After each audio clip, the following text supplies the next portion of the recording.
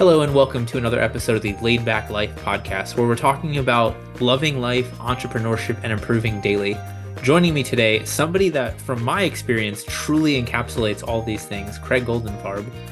Craig is the owner of GOLDLAW, as you can see by the background, but so much more than that. He's a speaker, he's a leader, he's got the Seven-Figure Attorney Summit, he does some amazing community work involving getting Defibrillator. thank you, defibrillators. I'm like, AEDs? Yes. Yeah. AED. Okay. At youth sports and like saving kids' lives during youth sports. It's so cool.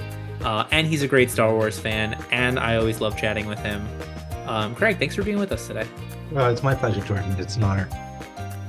So we were talking a little bit before in the the green room, to be super fancy, about your story. I want to hear more about how you started the law firm and how you've grown the law firm, and then we're going to transition to, the personal, vulnerable family side of all this. Sure. I got out of law school and I had a 2.8 GPA in law school. And so I sent back then in 1995, we used to send out resumes. So I sent out 400 resumes and got 0 interviews. So I was dating a girl and her dad was a personal injury attorney. And he took me to dinner and he said, "Hey, loser." I thought that was a very nice way to start. He said, "Hey, loser, I heard you have a lot of interviews." And he knew I had none. And he said, "Why don't you move down to Miami, Florida, and work for me in my personal injury firm?" And I said, "Thank you, sir, but I'm just dating your daughter." And he said, "She says you're kind of a winner, so I'll take a bet on you and you can come down and work for me." So that was to be my father-in-law, who is still my father-in-law. And he hired me in Miami, and I worked for him for several years in personal injury. And because I was his son-in-law, he was nice enough to say, "You can go try a bunch of cases, and if you lose, I don't care." Because he wanted me to be trained to be a trial lawyer. And so he was a fantastic mentor to me. And he also invited me on all of his television shoots and his radio shoots and billboard designs. So he taught me how to be a business person also. So I'm the luckiest guy in the world in that I had a mentor who gave me a dual degree in law and business starting at age 26. And raised a hell of a woman to be your And wife. he raised a great a woman, and she's still my wife, and her name's Colleen. And we have 2 lovely adult children. And he's been my mentor since 1996. And we still talk once a week. And he's a personal injury attorney in Miami. And now we compete in Florida, but it's a very friendly rivalry. Yeah, I love, correct me if I'm wrong, I believe he gave you a 10-year head start in West Palm before he came for you. That's true. He offered me to be a partner with his firm, and I actually declined. And I said I wanted to start my own law firm in West Palm Beach, Florida, where he was going to open up a firm and I was going to be the administrative partner. And he said, "Oh, you're turning me down? Okay, cool. I'm going to open up there anyway and compete with you, but you get a 10-year head start. So ready, go." And then literally 10 years later to the day, he called me and said, "Look outside your window." I'm like, "What? Look outside your window?" And I looked outside my window and he had put up his first billboard because he opened up his office to compete with me in West Palm Beach. Like, specifically found the Yeah. billboard across. Oh, Well, of course, he did that tactically just to bother me. And that's the kind of relationship we have, which was just fun. So we compete all across Florida now, but it's a very friendly competition. there we go. I love that. I love like the appreciative spite, things like that, right? Like not the jerk spite, just like the, all right, man, here's like I told you. Purposely got that billboard just to mess with me. And I'm like, that's brilliant. That's just awesome. So we're best of friends, and his firm is an empire and mine's a mini empire. There we go. So it sounds like, I mean, from knowing you what we talked about, like that clock though, like had you really prioritizing the work side of it, maybe to the expense of some other stuff. Sure. Well, he was a hard worker and has a massive firm, and he was all about growth, growth, growth. So, his type of expansion plans kind of bled into me, and I started to want a large firm, and I have a large firm. And I also love business. So if you love business, one of the things you might be interested in is scaling and growing. So I took that on and I scaled and grew, and I do love the business part. And I don't practice law anymore at all. I just run my business. But certainly the scaling and growth has its costs on a personal side. And I'm 54 right now, still married, thank God.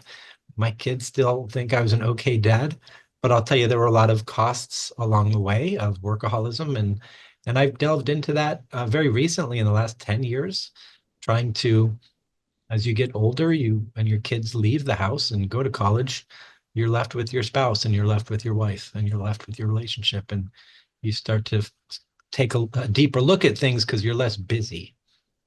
And that's what I've done the last 10 years. I started to take a look at things because my wife is amazing and my kids are amazing. And I worked too hard and still work too hard. So so it's interesting because the biggest change for me was my wife telling me she was pregnant with our kid. So for me, it was like the knowledge that we were gonna get a lot busier that caused me to be like, there's no way we can keep going the way that we're currently going. For you, it's interesting because it seems like you finally had that time to slow down a little bit and think of where you were and change where you were headed. In reflecting upon this, and as you know, Jordan, I coach quite a few law firms, and I speak across the country and talk to lots of workaholics. And it comes down to your identity. And your identity is shaped early on in your life, often by your parents or your culture, as to what makes you worthy. And we all struggle with this, right? Whether we're not enough, whether we have imposter syndrome, with all these doubts and stories that we developed as children, for the most part, that we carry on into our adult life. And for me and many attorneys, your entire identity is based on your law firm. If someone were to ask you on an airplane, who are you or what do you do? You'd automatically say lawyer. Now, there's a chance if someone asked Jordan on an airplane, what do you do? You might not use the word lawyer in your response. You may use the word coach. You may use the word father or husband, even, which would be very rare for an attorney to answer that to someone next to them on an airplane. But you might. And I had never thought of that awesome question that I got from a Buddhist teacher once. If you were asked on an airplane, what do you do or who are you? Depending on who asked you, how are you going to answer that? Especially as a male, because you usually say what you do. Right. And so, like these days now, I still identify in a business perspective. I say I'm a CEO, but I would never answer that question. I'm a dad or I'm a husband. How many males would answer that question on an airplane? Oh, I'm a proud father. Not many, but it's an Yeah. interesting question. It's an interesting inquiry that I was given, and it starts to make you think about your identity. And I'll tell you that 99% of attorneys, and I talked to thousands of them, their identity is almost exclusively based on their professional success or their professional identity as an attorney rather than other parts of their life.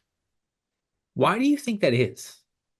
Well, what I say at my speech, the first Yeah. 2 minutes is I say, you know, when you all got screwed up the first time, you were 4 years old and some teacher told you you were gifted. That's the beginning of the end Excuse because me, Craig. I was 5 when a teacher told me that, five, not yeah. 4. I was So, 4.5. I was an early kid. congrats. So that's the beginning of, I'm kidding. I don't know how old I was. Maybe I was never told I was gifted.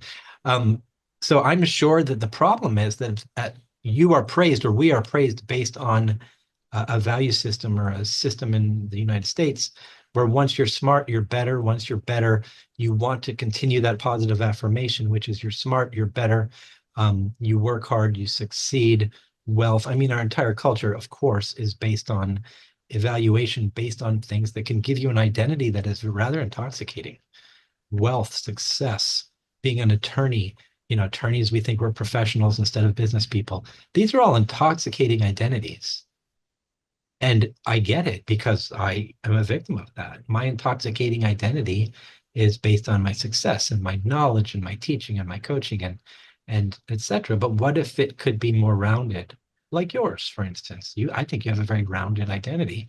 And to Thank come you. to that realization and actually have to dig and do the deep work required to go through the dark cave of realizing that that has had a cost in your life and you have some years left, is there something you're going to do about it? Well, I'm middle aged, my kids are gone. What am I going to do about it? So I've done a lot of inner work in figuring out what do I do with the rest of my life with this identity that I've created that's had a lot of cost. It's fascinating the way you phrase that. It makes me really think of like Carol Dweck's mindset. Like I'm curious if you can have that identity, but still from a place of growth mindset, or if that's a scarcity mindset identity of having to maintain your knowledge edge, or if you do have both options. I think you have both options. I have always said that I have a growth mindset, but I can have a growth mindset in several areas of my life. In other words, for obvious, that means that you can have a growth mindset in developing your work-life balance, which, we could have a whole conversation about that phrase.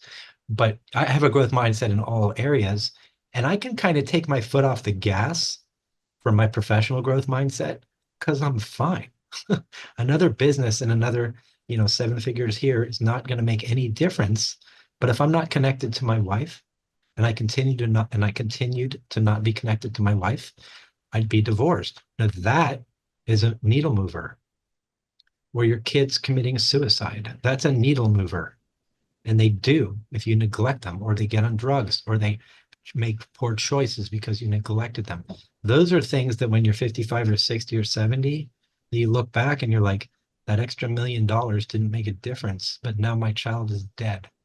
I mean, look at Shoe Dog, the memoir from Phil Knight of Nike, had his Of kid course. die in a scuba diving accident and talks about how he would given up billions upon billions to have another day.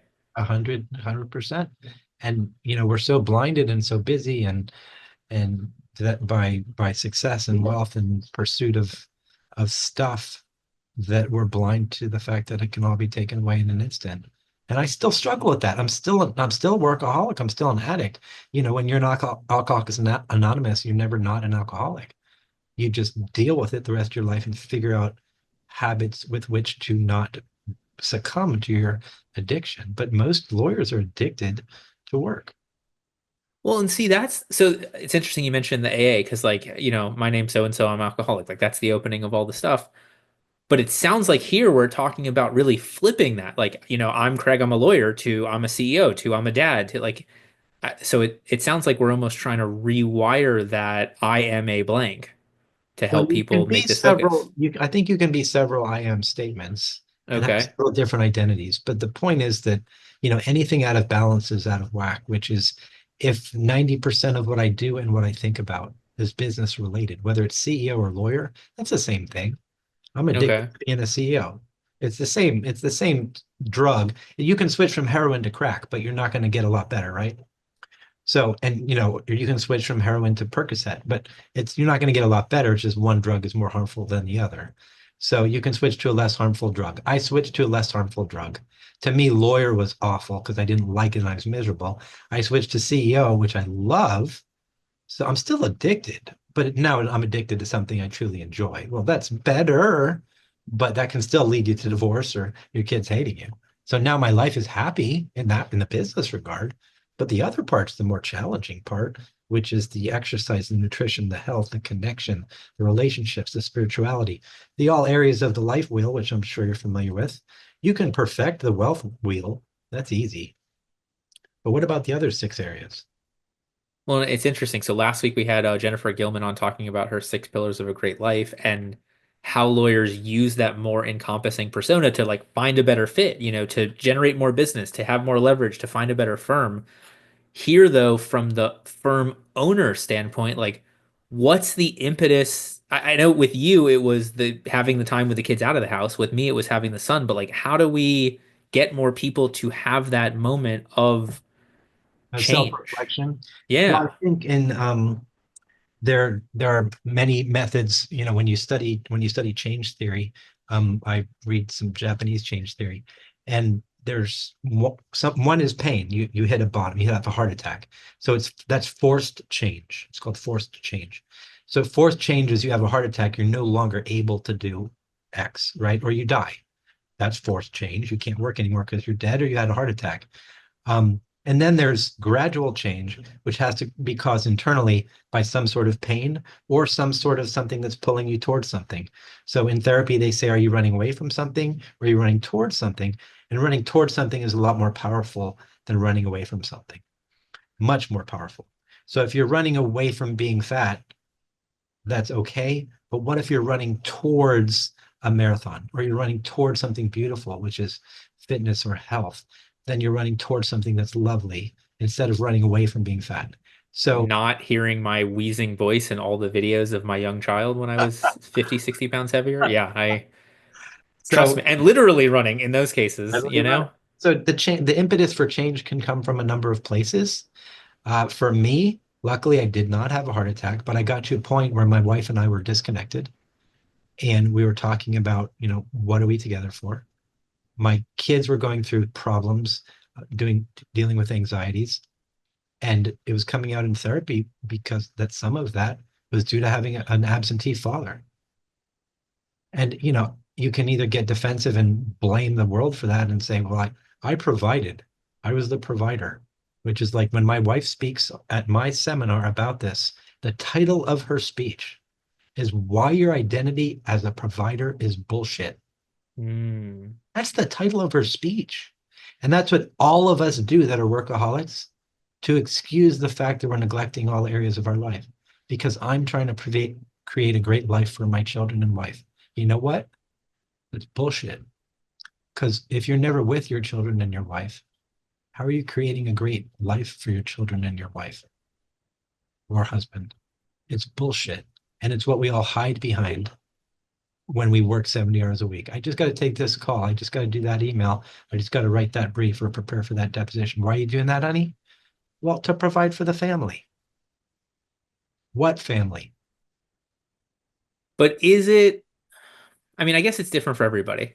I'm sure there's the people who are sitting there like, I mean, I guess at some point it's easier to do this. We have more control over putting in the extra time for that than we do knowing how our child or family will react to our behavior, or it's more fun, or it's Well, I'll I don't tell know you what the what's most funny common is issues. my anticipating the defense of in the room. The defense is, but I coach my kids' soccer team.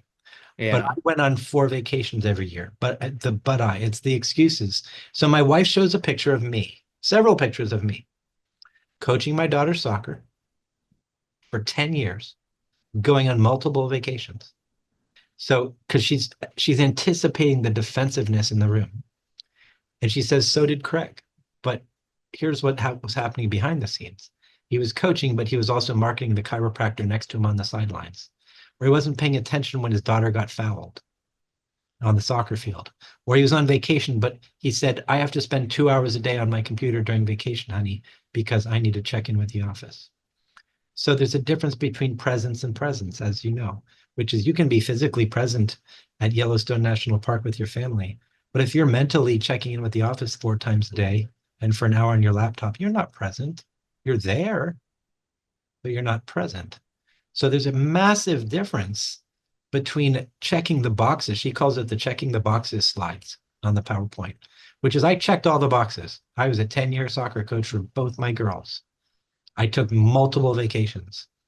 I checked all the boxes because I'm really skilled at the checklist and the to-do list, but I wasn't present in the way that a father needs to be present or a husband needs to be present. And it's sad, I'm middle aged and I look back and I'm like, I could have done better. I could have Yeah. done. And that's why we give these speeches, my wife and I together, because we love it for the 30-year-olds in the room to not have to face the same struggles and realizations that we felt in our 50s. I have this dream of having an Airbnb in the middle of nowhere, and like when you sign up, you get to pick if we have a Wi-Fi, Starlink, or if we have a Wi-Fi blocker, and you have no access to anybody else, just because like, I see some people like wanting to get away to have that writing retreat or finish a brief, and I see the other ones like I'm like the phone, if it's there, it's like it's too easy to do a quick check, to check one email, which becomes so a lot of times I'm like I'm shutting it off, I'm putting it away, I'm leaving it in the car. I mean, I think there's a new piece, it's an app, I believe, called Brick, where you can brick your phone and it doesn't work until you get back home and you tap it back onto the brick that you bought. Ah, It actually locks your phone. And I have a couple of friends, lawyers, who brick their phone. So they bring their phone, and I think you can enable maps and maybe TripAdvisor so that you're on vacation. So you need maps and TripAdvisor, but it bricks whatever apps you tell. So it'll brick your there email, we go. it'll brick certain things. So it's perfect. So that's if you're so addicted, you're not able to not check your email, you can brick certain apps. And I haven't used it yet, because I give my wife to my cell phone and my cell phone to my wife on vacations now. She's in charge of it. So that's because I'm addicted to it. I can't be controlled and I can't I can't do it. So the other argument back that I see here is the financial one, right? Like we can't afford for me to take time off. We can't afford to have these vacations. We can't afford that. So like what do you have to share to You those start people? early. I wasn't wealthy when I was 30. So, at that time I was building and I took one or two vacations a year. So you can afford to, I'm sure you've read the book Die with Zero. Oh yeah. Wonderful book. So it talks about, buying stuff is the stupidest use of your money, but buying experiences is something that has permanence. And that's so true. So you can buy experiences very cheaply. You don't have to go to Switzerland. Buying experiences can be relatively inexpensive. And for anybody who wants to get the difference between buying stuff and buying experiences and the value of not going crazy and saving money for this imaginary retirement, read the book by Die with Zero. Just an absolutely mind-blowing book. Yeah, the part that I loved, so obviously like I was already in agreement with most of the book coming in. The part I love though is he talks about like the sooner you take these trips and do these things, not just are you more physically capable, but the longer time you have to reminisce about it. And so I think back to like our road trip as there were things we couldn't do because my son was not big enough to do a 6 mile hike. But ultimately, like we have, knock on wood, I've given myself 60 years to remember this year on the road and this trip and go back through photos and see them pop up on, reminders here and there.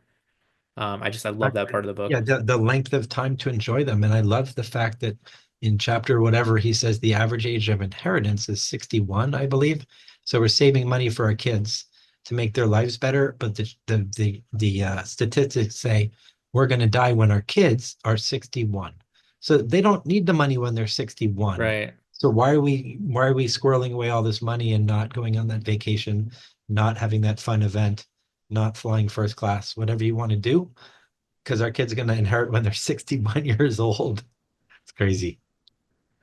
So I don't know. You ever read Daily Dad, Ryan Holiday? Yeah, yeah, yeah, Okay. yeah. So the one today is the part of this that I still struggle with. It's the selfishness of like your own, I don't know, not happiness, because that's not the right term, but like there at some point, like we put ourselves second to the business, we put ourselves second to the kids, we put ourselves second to the family. And like I have found that a lot of especially the attorneys I coach, are in a worse position because they're never selfish. They never think about themselves. So they don't show up the right way. They show up burned out, they're losing sleep, they're down from there. So like, did you have to go through a process of figuring out what you needed to do for yourself to show up correctly, or was it really just a reprioritization of your focus on the family? Well, I went to a coaching company called Atticus in Orlando when I was 30. And one of the first things that one of the speakers said was, how many of y'all have Eustas? And I said, Eusta, what's that? I used to play tennis. I used to be a runner. I used to enjoy reading. So if you had a Eusta, and pretty much everybody in the room raised their hand. And he said, well, why aren't you still doing it? Because we're all 30 something. And there were a bunch of different garbage excuses as to why they weren't doing it. I don't have time. I've got a baby. I've got kids. And I myself had a couple things that never became used as and still haven't, which is I really enjoy exercise and I really enjoy soccer. And those were what you call the things that you make your rocks, your habits that are non-negotiables. I call those non-negotiables. So since the age of 5, I've been playing soccer until my knees completely fall apart, which they haven't yet. They're close. It's a non-negotiable that I play soccer twice a week. So I don't have a lot of Eustas, and it's a great kind of cool word for the things we regret that we stopped doing that we did when we were kids that caused us to be in flow or some mental state of joy. So you play frisbee golf. You do a lot of things that are one would call childish, but a healthy person wouldn't call that childish. They'd call that you're in touch with your joy. And that's awesome. But how many lawyers are in touch with joy or any joy at all? You are. I am, but mostly on the soccer field. But what if a lot of your day was being in touch with something that others might consider a yusta or something that others would consider childish? Well, and from the family standpoint, like this is the one, nature versus nurture, right? Like, do I like frisbee golf for the same reason that my kid likes it? But like he takes golf lessons on Thursdays at school. He takes pickleball lessons on Fridays at school. Like, is he interested in those things because he also sees me interested and then we can play them together? Obviously for you, soccer and being the soccer coach, like I hate the concept of multitasking, but I love the concept of multi-impact. And so, being able to play soccer with them, to be a dad and get that together at the same time, like what a better use of time. It's fantastic. If you're able to share that with your child, that's fantastic. And if your child develops an interest and you can develop that interest yourself, of course, that's multi-impact. So, my daughters developed a couple of interests that I adopted, and it was great. And, my daughter is currently a filmmaker in Los Angeles.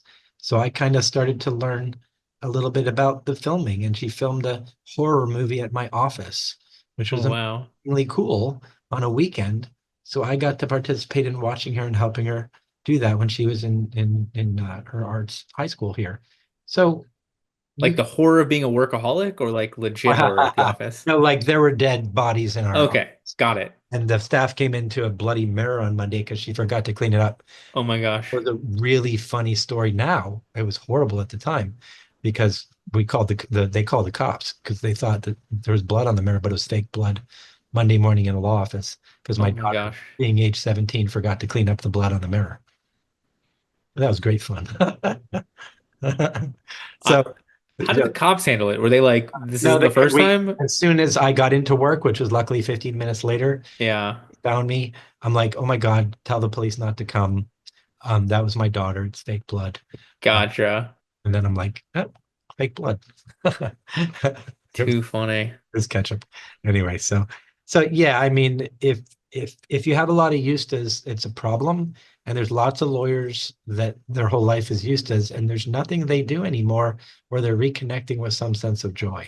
And we all know the alcoholism and drug addiction and suicide and depression rates for lawyers is through the roof. It's just through the roof. Yeah. Well, and that's so everyone will be watching this on Tuesday.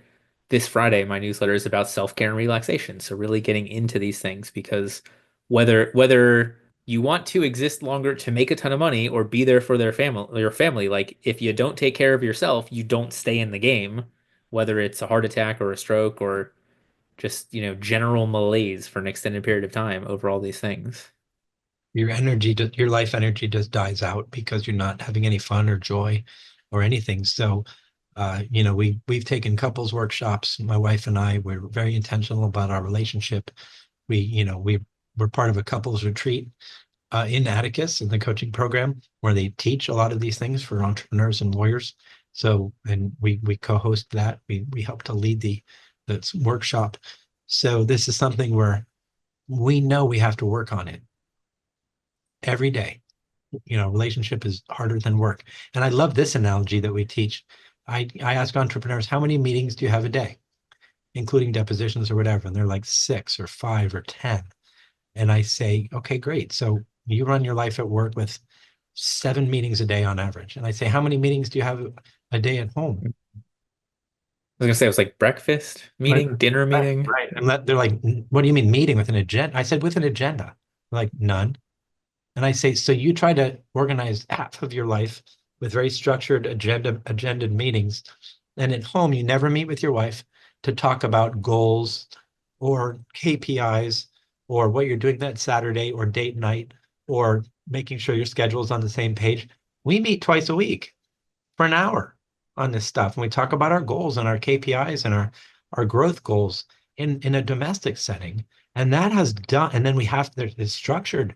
And then the last thing is we make a request from each other for the week. Could you please make dinner twice? And then a hug, you hug it out at the end. So it's got a really good structure for our weekly meeting. And it starts off with some gratitude and some wins. I mean, we all run our office. If we run our office well, you start your Yeah. meetings with wins and then gratitude and then agenda and then calendar. And then at the end, you all summarize the to-do list if you run a good meeting at work. Yet you never do that with your kids or your wife. I mean, I do that with my wife twice a week. It's awesome. Well, and so, everybody loves all the funny stuff my kid says on Facebook, but like a lot of it comes down to sitting at the dinner table doing, three things we're grateful for and one thing we could have done better. That's where a lot of this comes from. It's amazing to me what a, now 7-year-old finds to be grateful for or what they think, what he thinks he could have done better. Like that's where there's so much humor and joy in hearing his explanations.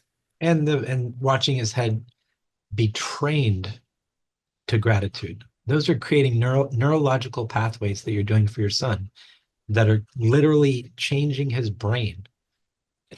Which is true towards gratitude. It is creating pathways that are going to continue the rest of his life. That's what a good service you're doing in that regard. It's amazing. Hope so. Sometimes he tells me how much he hates it. I'm hoping he will Yeah, you know what? come to terms. You don't love when you're working out the whole time either. But you know what? It's really good for you and it's going to help your body. You don't always love the three gratitudes every night, but you know what? It's amazing for your brain and your psyche. Thank you. I appreciate that perspective. You're welcome. You're welcome. How do we help more lawyers, more business owners, more CEOs, more, however you're answering the question on the airplane, Hmm. do this, prioritize this, make this the thing, realize the benefits of this. Like, what's the Well, it's hard because our entire culture as lawyers is win, win, win and succeed in money. And I've done my best in my seminars and my coaching to take a holistic approach. But what I also do when I'm coaching a law firm privately, and I have a lot of private firms, I strongly encourage them to get a life coach as well. I strongly encourage them to get a therapist. And I ask them a lot of questions about their family because a lot of times what's blocking them at work is not really a limitation on their brain power. It's the fact that they get in a fight with their wife every morning before they go to work and they're unable to do the things that I need them to do at work because every single day is full of conflict in their head with their spouse or their kids. And that limits you at work. You know that when you have a good day at home, which you do, I assume most days, you're able to be creative, you're able to be joyous, your brain is able to flow, and you may be come up with things at work that may make sense. But what if you're pissed off all the time because your home life sucks? right? That was me and for the first 3 to 4 years of having a firm. It takes its toll. You can't succeed. I was lucky that I had a wife that put up with me while I overworked for many years. And I'm so blessed that she stayed with me. And now we're so open with each other and communicate so well that if she starts noticing me in destructive patterns, instead of complaining to me, she'll remind me of my commitment calmly and kindly. And that's a great wife. That's a great spouse. Yeah, The nagging is horrible, but nagging comes from pain and neglect. That's where nagging comes from. So guys, take some ownership if your wife's nagging you, that she's not nagging you to be a jerk. She's nagging you because she's feeling neglected and lonely. And interesting. take some ownership of that. Why is your wife feeling neglected and lonely? That's you. You're the guy. She's not nagging you because she's a bitch. Sorry. It's No, listen, in my family, I think I'm the nag. So now I'm trying to think of why from Nagging that is standpoint. you're not being seen or heard. Nagging comes from not being seen or heard or loved for the most part. And if your needs are not being met, it's going to come out in cynicism and nagging. So when my wife's nagging me, I try as hard as I can not to get triggered, and I say, how am I not meeting her needs? What is she feeling that I didn't do the dishes? What is she feeling that I didn't kiss her goodnight? What is she feeling that I went into the office when I got home at home instead of coming to give her a kiss? What is she feeling? What's going on for her? And if you do that, then all of a sudden your habits may change and you're going to get less nagged and things are going to get better and better. It's the older I get, the more I realize exactly what you said about the work meetings versus the home meetings, right? Like the best advice is not work advice. It's not parenting advice. It's not spouse. It's life advice. It's stuff that applies through all aspects of what we're doing. It's all together. So I think you asked earlier, a few minutes ago, what can we do to help others? Yeah. Well, what we do to help others is coach holistically. So if those that are in the coaching space, is don't just coach people about KPIs, which I do, and how to compensate your people correctly, which I do. But it's how all this stuff spills over and taking a more holistic approach. If you're not able to be a life coach, then encourage the people in your life to get therapists or life coaches, or to have relative, if you can't afford it, then have people in your life, surround yourself with people who you can be vulnerable with. And I'm a vulnerable, transparent guy. Some would say that's a weakness. Brene Brown, of course, would say that's a superpower.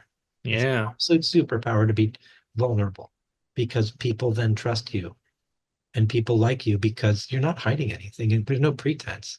I'm quite successful, but everybody knows about me that I'm the first to tell you my flaws. Well, And it's, oops, genuine. sorry. Go ahead. No, it's interesting. Like I'm thinking about from the standpoint of the amount of networking lunches that I do, the high percentage of those people that I can sh whatever happened that day. Like I can vent to them. I can like I will call them when there's not a lunch set to say, "Hey, what do you think about this? We're going through this. What insight do you have? My kid got tested for gifted. Like what experience did you have in OCPS with it? Like going through all these things with people that in theory I have a work relationship, a networking relationship with, but we have become true friends. Well, that's a superpower of yours, and many professionals don't have that, which is that you can instantly bond with someone on a level deeper than professional.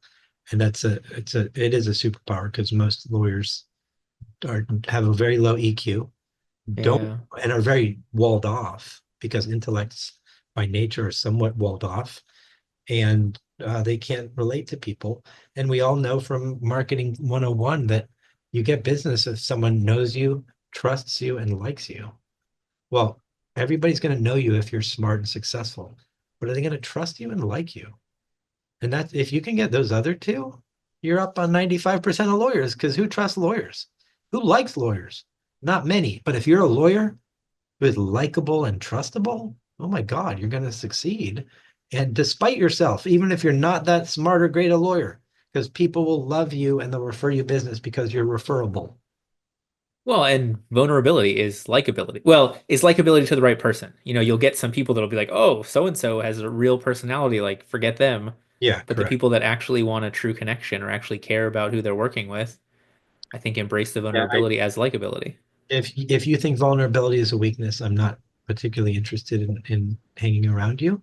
You're not a bad person, but you're not the type of person that I'm particularly interested in, because vulnerability is connection, and connection is life, so Yeah. at least to me.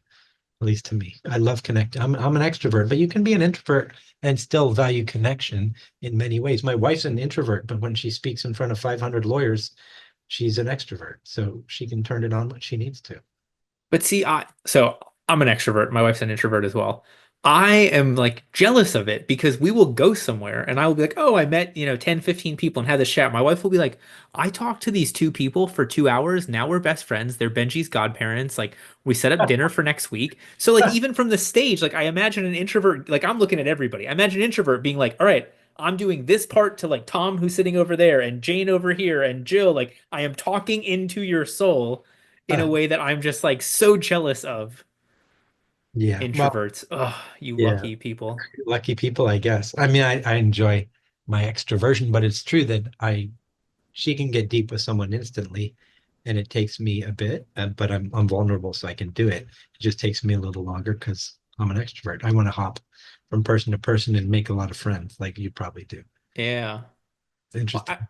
I also think there's a quantity component of this, whether that's people seeing more people do it or people seeing more of the people who are doing it, like putting the business second, putting the family first, putting themselves first, those kind of things. Like, I think that's huge because the Bar Journal doesn't run like Craig Goldenfarb took 10 vacations this year. It runs like GOLDLAW got a $50 million verdict. So, like, we need to balance that somewhere, somehow. It's so not balanced. It's awful, because everything we read and see has been curated, of course, to for the wow value, and the $50 million verdict is much more impressive than Craig didn't get divorced this year. That wouldn't be a very exciting article.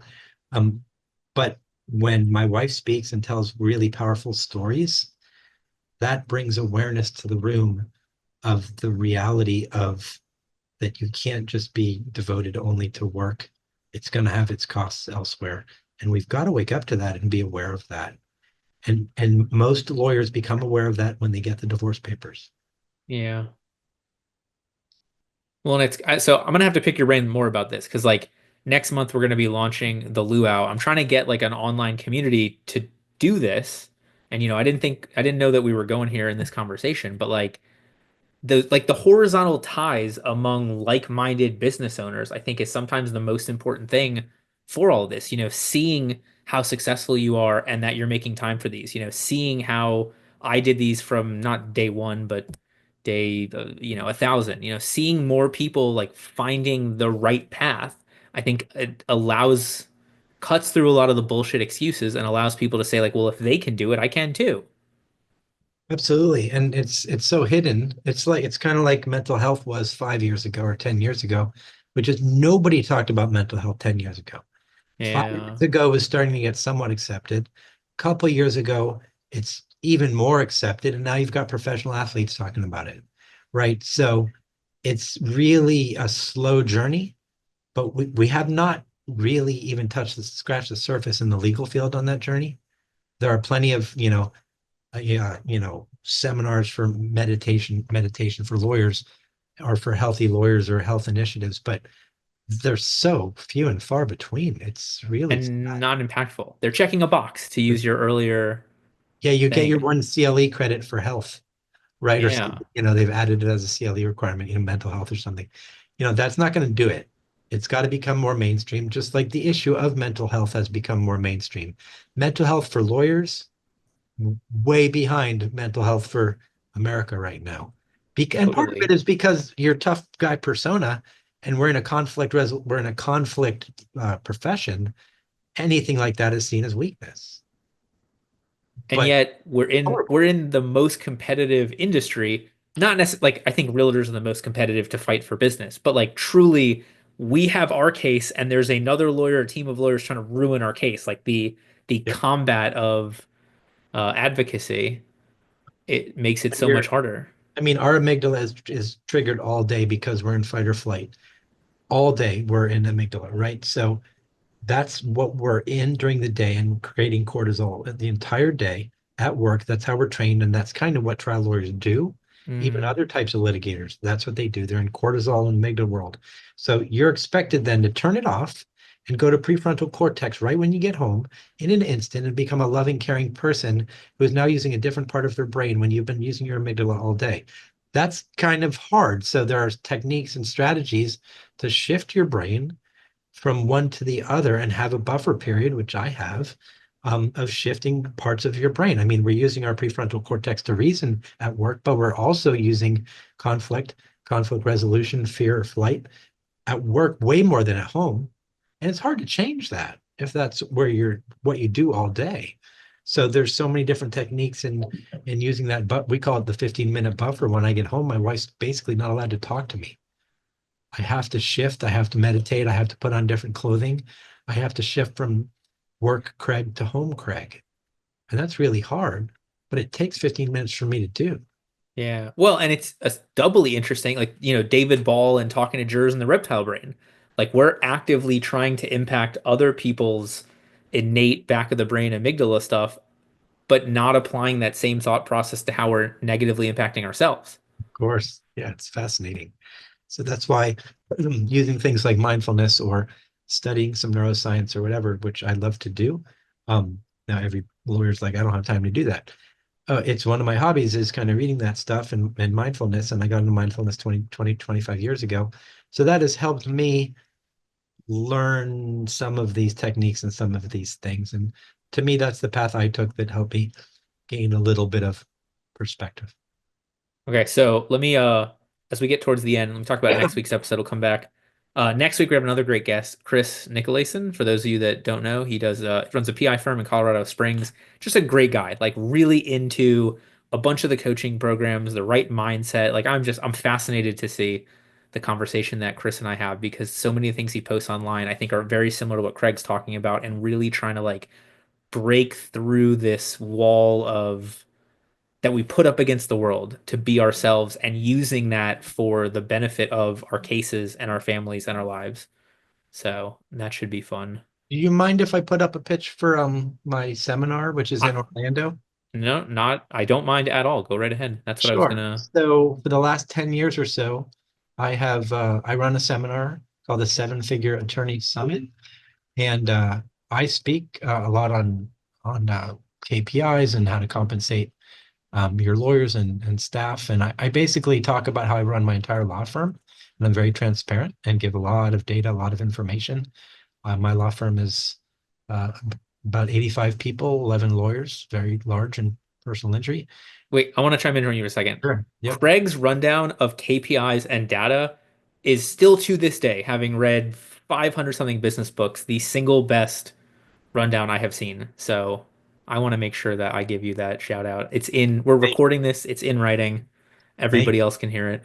thank you. That's fantastic. So it's called the Seven Figure Attorney Summit. And I'm actually going to screen share if this is being video recorded, which I think Yes. Yep, we got the video. And so. for anybody on the podcast, we'll just verbalize. Sure. Can you see it? Yes. So Okay, the good. So 23rd through the 25th in Orlando. So if you go to the website sevenfigureattorney.com, it's a day and a half summit, and it's people, almost everybody, all the speakers are from my law firm, my chief operating officer, my two chief marketing officers, me. And don't come if you want to learn how to be a lawyer. Please don't come. That's not what I'm teaching. I'm teaching how to run your law firm like a business. And then my wife speaks on why your identity as a provider is bullshit. So if you want to look at your life, if you want to look at your law firm as a business, this is where you need to be. And it's I run it for, as I said, about 10 years. It's $1,500 the day and a half. It's in Orlando, and we purposely end it on Friday at noon so you can take your kids to Disney World afterwards for the weekend. There we go. And I would be there, but for my wife's birthday is April 25th. So we are family. We are living what you are teaching people. Good for you. Absolutely. So So I welcome you all to come. You get a whole day of me. As my wife says, you get a day of Craig talking about his alleged wisdom. Alleged wisdom. I love that phrase. So yeah, she's now the better Goldenfarb. She's been nicknamed because she's a better speaker than I am. there we go. Very fun. Very fun. Hey, I love any room that I'm the dumbest person, right? Any family in which I'm the worst spouse. Like we're doing a ton right, right? Exactly. So thanks, Jordan. I appreciate your time. This is really fun. Thank you for being here. Thank you to everybody who watched and listened. We'll see you back here next week for Chris's episode. And seriously, one problem that I didn't think about. This is going to air on April 29th.